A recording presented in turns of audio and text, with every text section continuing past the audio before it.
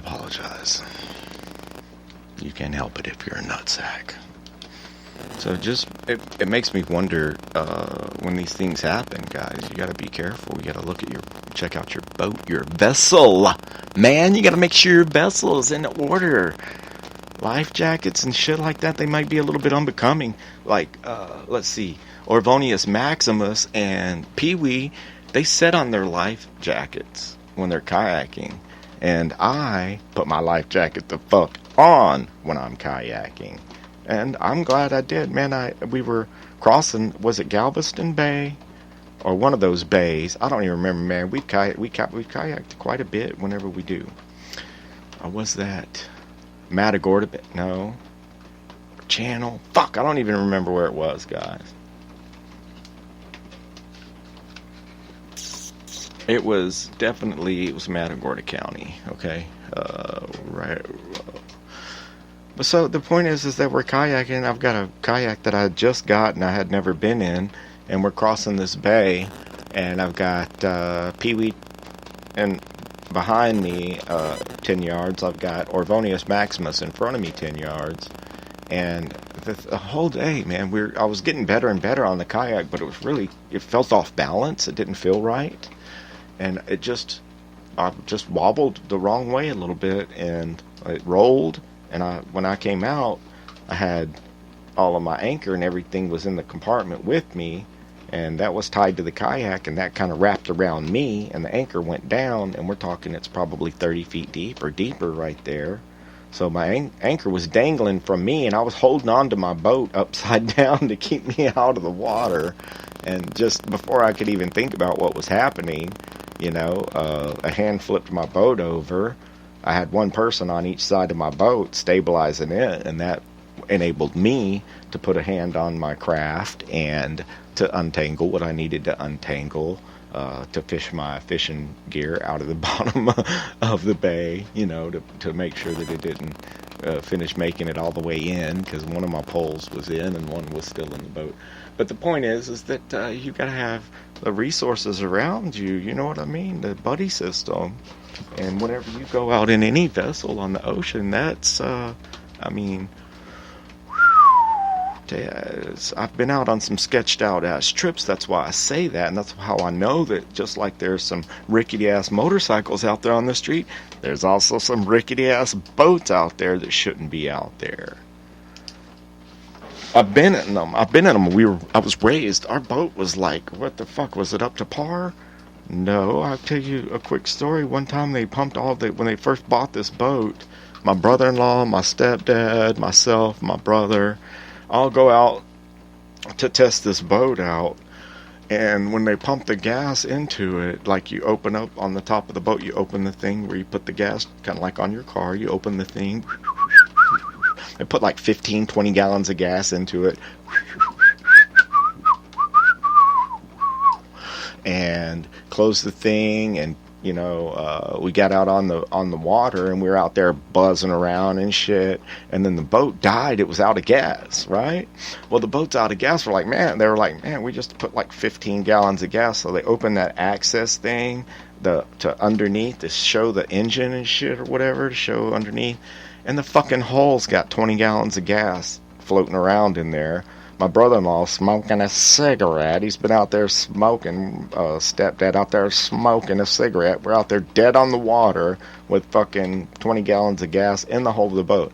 Well, the pipe that connects the where you open on the outside of the boat to open it and to put the gas in, well, that pipe that went from there into the actual tank had came loose, and no one ever thought to check that, or just sitting there fucking just filling up the fucking hole of the boat with gasoline, and not to mention out there smoking cigarettes. So there you go, we made it through that, and so maybe we can tell stories. I can tell stories like that. I have to get with Orvonius and ask him, because I'm sure he remembers some other ones, like, oh goodness, we went out probably 15 miles out in a 17-foot tri-hull Glastron boat, which shouldn't be done. That shouldn't be done. Okay, that shouldn't be done. With 1, 2, 3, 4, 5 people on it.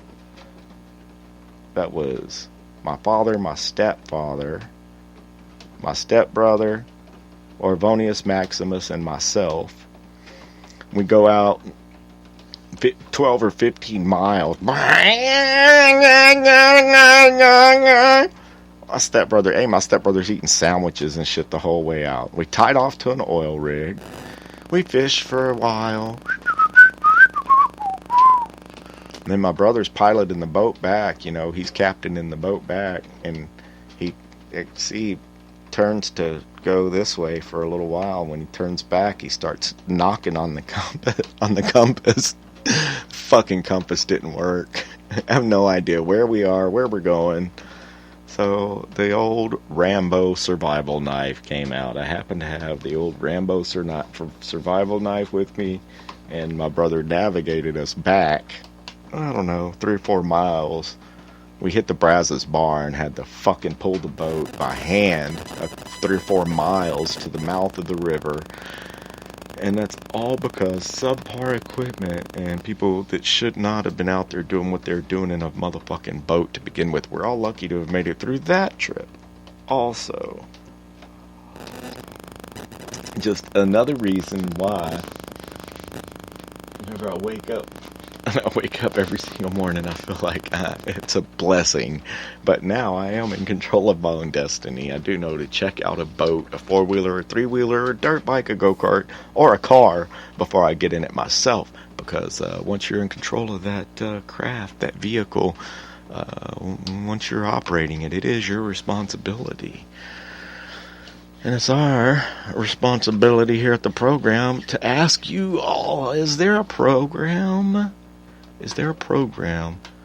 So yeah, all my prayers and everything go out to the families and everyone involved in those 2 boats, the one that capsized and the one that burnt to the ground and Mayday. And I hope that they're all right and that they all made it out of there safely.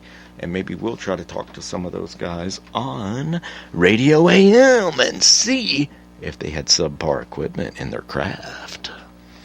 But my question to you all is there a program that will scan, handwritten documents and create a type or a computer-written document from that? So it would have to recognize your particular handwriting. But it sure would be a blessing. Someone maybe like Brian Barry out there fuck with that and to come up with something. And if you make $20 million on it, and just, throw me a little something. Buy me that new Ducati 999, and I'll be happy. No, the new BMW 1000. Yeah, I'd like to have a couple of those. Oh, wait, no, wait. Okay, let me think about it. Just throw money. Don't bother applauding. Just throw cash.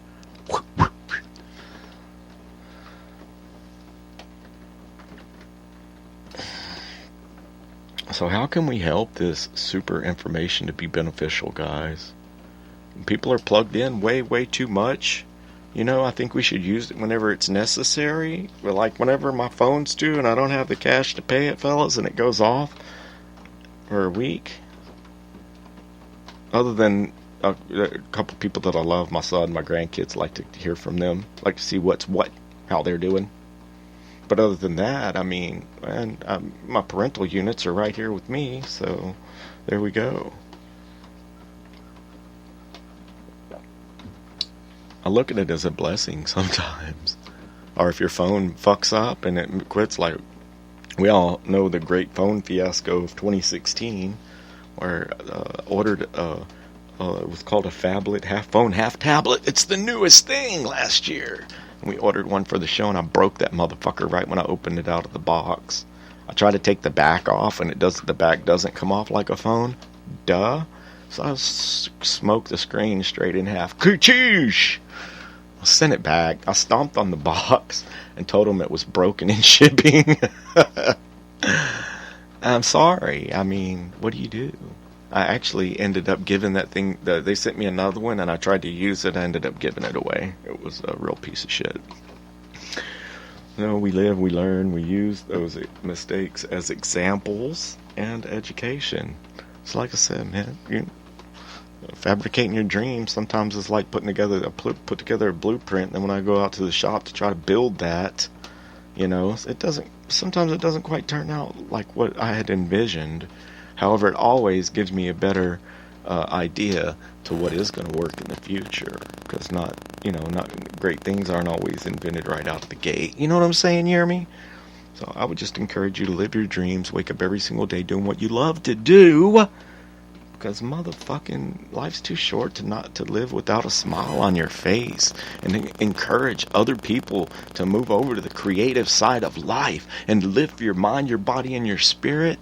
Boom, son! You got life by the golden nutsack. Period. Let's just talk a little bit about medicine, guys. That's another thing. You put all these things into your body, right? I used to do a little comedy bit, and I would say, you practice. We practice, right? Do you guys practice? You know what practice is? We practice for sports, right? Practice for what? If you want to learn how to play the piano.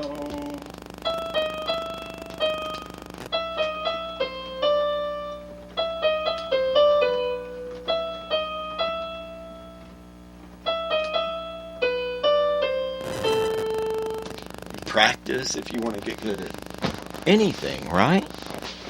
So what other profession do you get a PhD? You've been doing what you're doing for 20 or 30 years,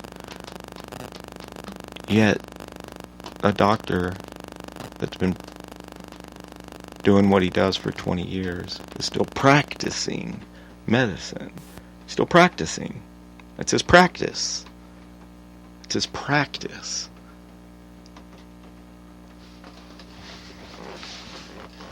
And another thing that you think about this for yourself for a minute. Medicine does not treat the body as a whole. Medicine treats a symptom. Okay? You have to think about that a little bit too. I'm not a big fan of putting a lot of medicine into your body, okay? I'm a big fan of trying to see why things aren't functioning the way that they're functioning and try to correct that. Instead of maybe, that's kind of like if a car is leaking brake fluid, I don't just keep dumping brake fluid in it every day, wondering, hey, I wonder where that brake fluid's going. But the car still stops. Right? The brake fluid's going somewhere. So you gotta kind of look at that like your life. You know what I mean? You're gonna get back what you put in, right? You put good things out there, good things will come back to you. And that's about all the zombieisms I can come up with. Let me see. Let me double check. Let me make sure we don't have any other big brain busters for you guys today. And then we're going to call it a day here on President's Day, Monday, February the 20th.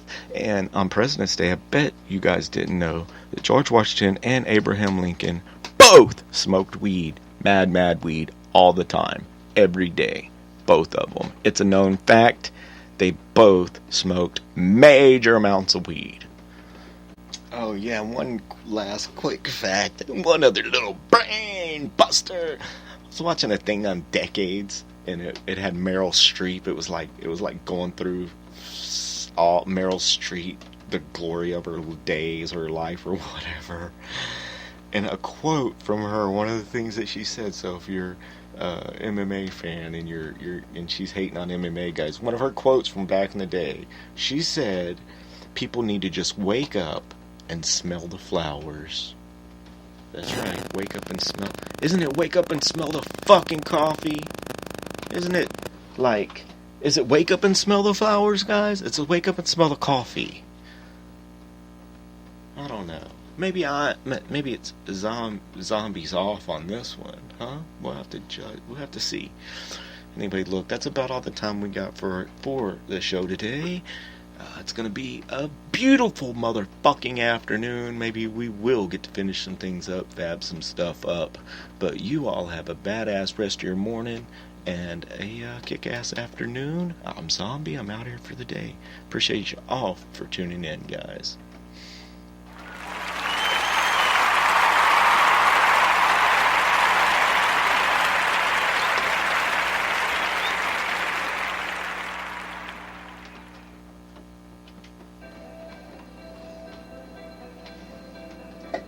ladies and gentlemen, boys and girls.